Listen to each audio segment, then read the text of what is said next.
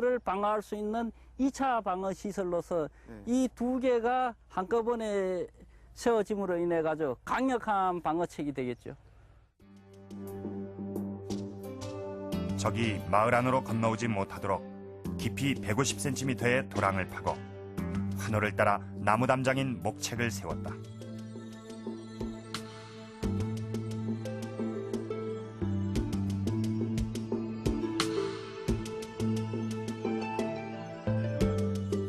이것은 당시 사람들에겐 대규모 토목공사였을 것이다. 7, 800m 또는 1km 정도 되는 전체 둘레를 그 정도 깊이를 폭을 2m에서 5m, 깊이는 3m에서 1m 그 정도 깊이로 마을 전체를 이렇게 돌아가면서 땅을 판다는 것은 대단한 노동력이 드는 문제입니다.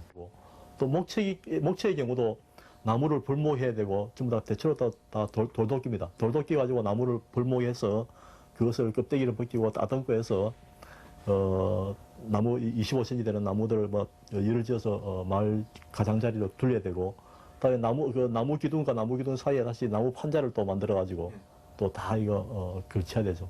그런 일련의 작업들이 대단히 힘든 작업이고 대단히 노동력이 많이 요구되는 겁니다.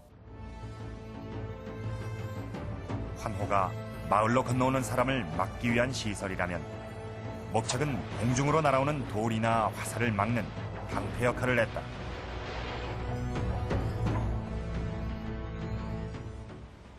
그런데 마을을 발굴하면서 또 다른 환호가 마을 한가운데서 발견됐다.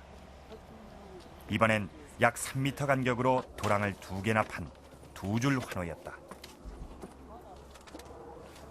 2개의 시설을 함으로써 훨씬 더 큰 효과를 노렸겠죠. 여기에 지나온 사람들은 다시 빠지게 되겠죠. 마을 외곽의 환호와 목책, 그리고 마을 중심에 있는 또 다른 2줄 환호와 목책. 남강마을 사람들은 겹겹이 철통 같은 방어 체계를 갖추었던 것이다. 3년여에 걸친 발굴에도 불구하고 2500여 년 전 진주 남강마을은 아직 전모를 드러내지 않고 있다. 현재까지 발굴된 것은 마을 외곽에 있는 외줄 환호와 목책, 마을 안쪽에 있는 2줄 환호의 일부다. 그러나 환호와 목책이 제작될 당시에는 이런 모습이 아니었다. 지난 6월 30일 발굴팀들이 한자리에 모였다. 지금까지의 발굴 결과를 토대로 환호와 목책의 원래 범위를 가늠해보기 위해서였다. 이 자리에서 발굴팀은 모두 환호의 범위에 의견의 일치를 보았다. 발굴구역 외곽으로 돌아가지고 이쪽으로 해가지고 경문형 발굴 지역으로 돌아나오고 있습니다. 이거는 단민 형태나 내부 유물 출도 양상이나 그리고 이 환호 내적으로 나오는 목책들이 이쪽 강에도 계속 돌아가고 있거든요. 그래서 거의 같은 환호라고 봐도 무방하다고 생각합니다. 2500여 년 전 환호와 목책은 지금 발굴된 것을 하나로 이은 형태, 마을 전체를 감싸는 모양이었다. 덕분에 마을은 외부의 침략으로부터 완벽하진 않지만 어느 정도 안전할 수 있었을 것이다. 2500여 년 전 이 마을에 살았던 사람들에게 환호와 목책 같은 방어 시설은 절박한 선택이었다. 환호로 둘러싸인 그 마을이라는 것은 어떤 일차적으로는 우리 어떤 공동체를 다른 공동체와 구분해주는 어떤 그런 일차적인 측면이 있었을 것이고, 거기에 나아가서 그런 공동체적인 유대 관계가 더 발전을 한달까요? 더 어떤 유대 관계가 더 심화되고 이런 가운데서 어떤 다른 집단 간의 어떤 갈등이라든지 이런 거를 더 효율적으로 이렇게 해소시키면서 자기 자신의 어떤 공동체를 보호해 나갈 수 있는 그런 기능으로 환호 목책들이 있는 그런 마을이 생겨났다는 그런 쪽에 해석을 할 수 있을 것 같습니다. 도랑을 판 환호와 목책으로 둘러쳐진 마을이었다. 이 말은 그들이 살던 당시 이 마을에서 항상 적과 대치하는 전쟁이 자주 일어났다는 명백한 증거입니다. 여기 살던 사람들은 이 환호를 파고 목책을 세우고 그것도 모자라서 이 마을의 심장부에다가 다시 2줄로 환호를 팠습니다. 그들 나름대로는 이중삼중의 철통 같은 방어를 했던 것입니다. 이것은 이 마을의 상황이 계속해서 방어를 하지 않고서는 안심할 수가 없는 이 극도의 긴장 상태였다는 것을 의미합니다. 그런데 왜 전쟁이 일어났을까요? 이 대부분 전쟁이 그렇듯이 넓은 영토를 확보하려는 영토 싸움일까요? 애써 담장을 높이 쌓고 울타리를 치는 사람은 분명히 지켜야 할 무언가가 있기 때문입니다. 환호 목책을 세운 이 마을에도 분명히 외부의 다른 집단이 탐낼 만한 것이 있었습니다.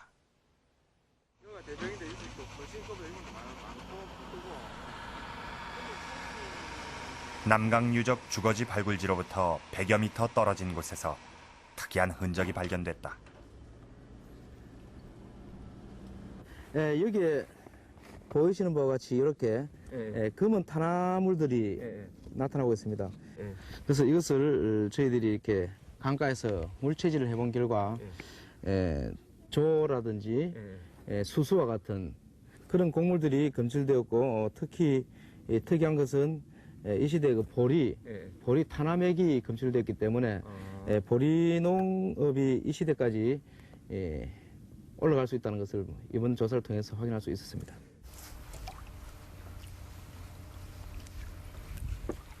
탄화 곡물의 흔적이 나온 지역의 흙을 물에 넣어 물채질해 봤다. 흙이 물에 씻겨 나가면서 채에는 상당량의 검은 탄화 흔적이 남았다.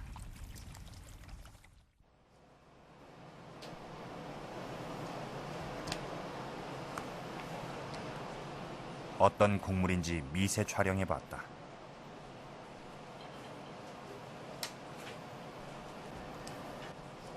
조사 결과 보리, 수수 같은 곡류로 밝혀졌다.